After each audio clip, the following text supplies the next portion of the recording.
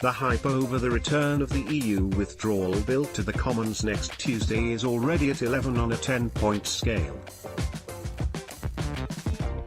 Some speculate that it could be the end of Theresa May's premiership, or that it could mean another general election. The political betting website has described it as the biggest vote since the Norway debate, which brought down Neville Chamberlain and put Winston Churchill in power. Labour are trying to put pressure on the Prime Minister by condemning her for forcing through such important votes on reversing 15 amendments made by the House of Lords to the bill in one day, which could mean the House sitting long past midnight. There is no question that she could be weakened further if she loses any of the votes. But she's weak already and has survived this far. The defeats she is likely to suffer are survivable and, whatever the anonymous grumbling on the Conservative backbenches, it is hard to see how there could be a majority among Tory MPs for deposing her. Let us go through the three important votes. There is likely to be a vote to reverse the Lords' amendment demanding that Britain stay in the EA. That means staying in the single market, like Norway, and accepting free movement of people. The government should win that vote comfortably because Jeremy Corbyn doesn't support it. Even if he did, many Labour MPs such as Ed Miliband and Caroline Flint wouldn't vote for it either. They think Brexit must mean the end of free movement. Boris Johnson MP, Labour MP Gisela Stewart and UKIP MP Douglas Carswell addressed the people of Stafford in Market Square during the Vote Leave Brexit Battle Bus Tour on the 17th of May 2016. Their lead line on the tour was, "We send the EU £350 million a week. Let's fund our NHS instead." A man shelters from the rain as he arrives at a polling station in London on the 23rd of June 2016. Millions of Britons voted in the referendum on whether to stay in or leave the European Union. Leader of UKIP, Nigel Farage, reacts at the Leave EU referendum party at Millbank Tower in central London as results indicated that it looked likely the UK would leave the European Union. A young couple painted as EU flags and a man with a sign reading "I'm not leaving" protest outside Downing Street against the voters' decision to leave the EU on the 24th of June 2016. British Prime Minister David Cameron resigns on the steps of 10 Downing Street on the 24th of June 2016 after the results of the EU referendum were declared and the United Kingdom voted to leave the European Union. Theresa May receives a kiss from her husband Philip, after becoming the new Conservative Party leader on the 11th of July 2016. May became Prime Minister 2 days later, and although she voted to remain in the referendum, was keen to lead Britain's Brexit talks after her only rival in the race to succeed David Cameron pulled out unexpectedly. May was left as the only contender standing after the withdrawal from the leadership race of Andrea Leadsom, who faced criticism for suggesting she was more qualified to be Prime Minister because she had children. British Prime Minister Theresa May delivers her keynote speech on Brexit at Lancaster House in London on the 17th of January 2017, where she spoke about her offer to introduce a transition period after the UK formally leaves the European Union in March 2019. Despite repeating the pro-Brexit mantra of "no deal is better than a bad deal," the Prime Minister claimed she wanted a tone of trust between the negotiators and said Britain was leaving the EU but not Europe. She said there should be a clear double lock needed for the transitional period to make sure businesses had time to prepare for changes to their trading relationships with the EU.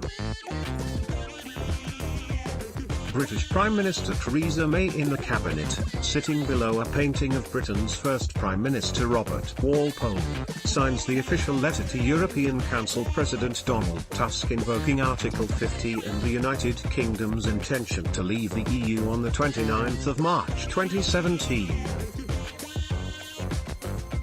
Soon after triggering Article 50, Theresa May called on the 18th of April for a snap general election. The election would be on the 8th of June, and it came as a shock move to many, with her reasoning to try to bolster her position before tough talks on leaving the EU.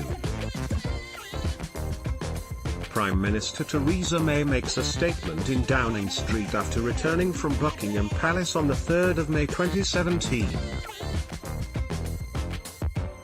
The Prime Minister visited the Queen to ask for the dissolution of Parliament, signalling the official start to the general election campaign. An arrangement of British daily newspapers showing front-page stories about the exit poll results of the snap general election. British Prime Minister Theresa May faced pressure to resign on the 9th of June after losing her parliamentary majority, plunging the country into uncertainty as Brexit talks loomed. The pound fell sharply amid fears the Conservative leader would be unable to form a government. Britain's opposition Labour Party leader Jeremy Corbyn gives a thumbs up as he arrives at Labour headquarters in central London on the 9th of June 2017 after the snap general election results showed a hung parliament with Labour gains and the Conservatives losing their majority. Brexit Minister David Davis and European Commission member in charge of Brexit negotiations Michel Barnier address a press conference at the end of the first day of Brexit negotiations in Brussels on the 19th of June 2017. British Prime Minister Theresa May speaks on the 22nd of September 2017, in Florence. May sought to unlock Brexit talks after Brussels demanded more clarity on the crunch issues of budget payments and EU citizens' rights. German Chancellor Angela Merkel joins other EU leaders for a breakfast meeting during an EU summit in Brussels on the 20th of October 2017. The EU spoke about Brexit and announced that insufficient progress had been made. DUP Deputy Leader Nigel Dodds walks off after speaking to members of the media as a protester holding flags shouts after him outside the Houses of Parliament on the 5th of December 2017. British Prime Minister Theresa May was forced to pull out of a deal with Brussels after the DUP said it would not accept terms which see Northern Ireland treated differently from the rest of the UK. Theresa May suffers defeat in Parliament over EU Withdrawal Bill on the 13th of December 2017. The government was defeated by Conservative rebels and Labour MPs in a vote on its key piece of Brexit legislation. MPs amended the EU Withdrawal Bill against Theresa May's will, guaranteeing Parliament a meaningful vote on any Brexit deal she agrees with Brussels. Ms May's whip supplied pressure on Conservative rebels who remained defiant in the Commons throughout the day, and in the end the government was defeated by 309 votes to 305. Britain's Prime Minister Theresa May arrives to attend the first day of a European Union summit in Brussels on the 14th of December 2017. European leaders discussed Brexit and announced there was finally sufficient progress at the end of the 2 days. Brexit Secretary David Davis gives evidence on developments in European Union divorce talks to the Commons exiting the EU Committee in Portcullis House, London, on the 24th of January 2018. French President Emmanuel Macron gestures to Britain's Prime Minister Theresa May after they hold a press conference at the Royal Military Academy, Sandhurst, on the 18th of January 2018. May and Macron agreed a new border security deal, through which the UK will pay more to France to stop migrants trying to reach British shores. The UK and EU agreed terms for Brexit transition period on March 19, 2018. The EU and UK however failed to reach an agreement on the Irish border during the successful talks on other Brexit issues. The second important vote is likely to be on a customs union. Here the Lords and the Labour frontbench are united. They want Britain to apply the EU's common external tariff, benefit from EU trade deals, and don't care if it restricts the deals that Liam Fox, International Trade Secretary, can negotiate with other countries. Crucially, this is supported by enough Tory MPs to defeat the government. They may not choose to do so at this point, however, because the Lords' amendment wouldn't force Theresa May to do anything. It merely requires her to report on her efforts to secure a customs union. I haven't made any would meet that requirement. It would look bad to lose that vote, and it would suggest the government might be forced to accept a customs union later in the Brexit negotiations. But the Prime Minister would live to fight another day and hope to persuade her divided party that she has a customs plan that would work. The third vote is the most serious. It would be on the Lords' amendment requiring a meaningful vote on the Brexit deal. It is ironic that its supporters call it a meaningful vote because so few people seem to know what it means. There already is a provision for a meaningful vote in the bill, inserted by Dominic Grieve, the pro-European Tory rebel, when the government was defeated in the Commons in December. But it is a simple clause requiring Parliament's approval in the form of a statute.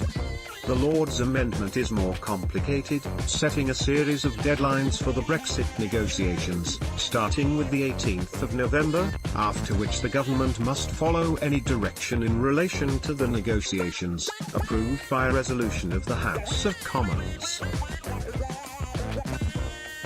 It seeks to take over control of the negotiations from the government and, although its effects are not clear, it would probably restrict May's room for manoeuvre as the talks approach the final phase. That is the vote to watch. If the government loses it, May would probably struggle on, playing an ever weaker hand in Brussels.